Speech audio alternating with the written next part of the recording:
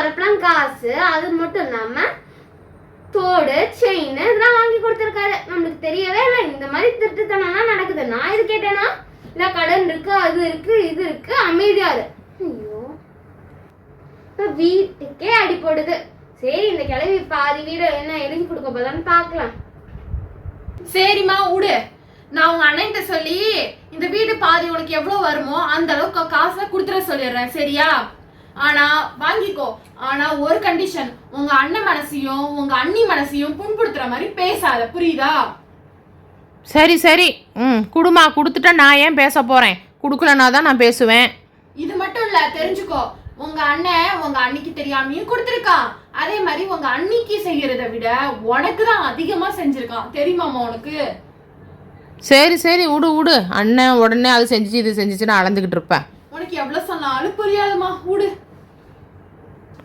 சரிம்மா, வந்த வேலை முடிச்சு நான் ஊருக்கு கிளம்புறேன். எப்போ அண்ணன் காசை தரும்?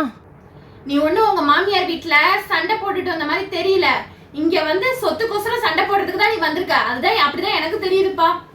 சரி சரி, உனக்கு எப்படி தெரிஞ்சா எனக்கு என்ன? அதான் பாதி காசு வாங்கி தரேன்னு சொல்லிட்டல்ல. சரி சரி, நீயும் மருமகளும் சந்தோஷமாக இந்த வீட்டில் இருங்க. எனக்கு பாதி காசை கொடுங்க, நான் வாங்கிக்கிட்டு போய் என் மாமியார் வீட்டில் போய் இப்போ உழைச்சிக்கிறேன். போயிட்டு வரேன், சரியாம்மா? போயிட்டு வா, வந்த வேலையை தான் முடிச்சிட்டியா, அப்புறம் என்ன, கிளம்பு. சரி சரி, வரேன்.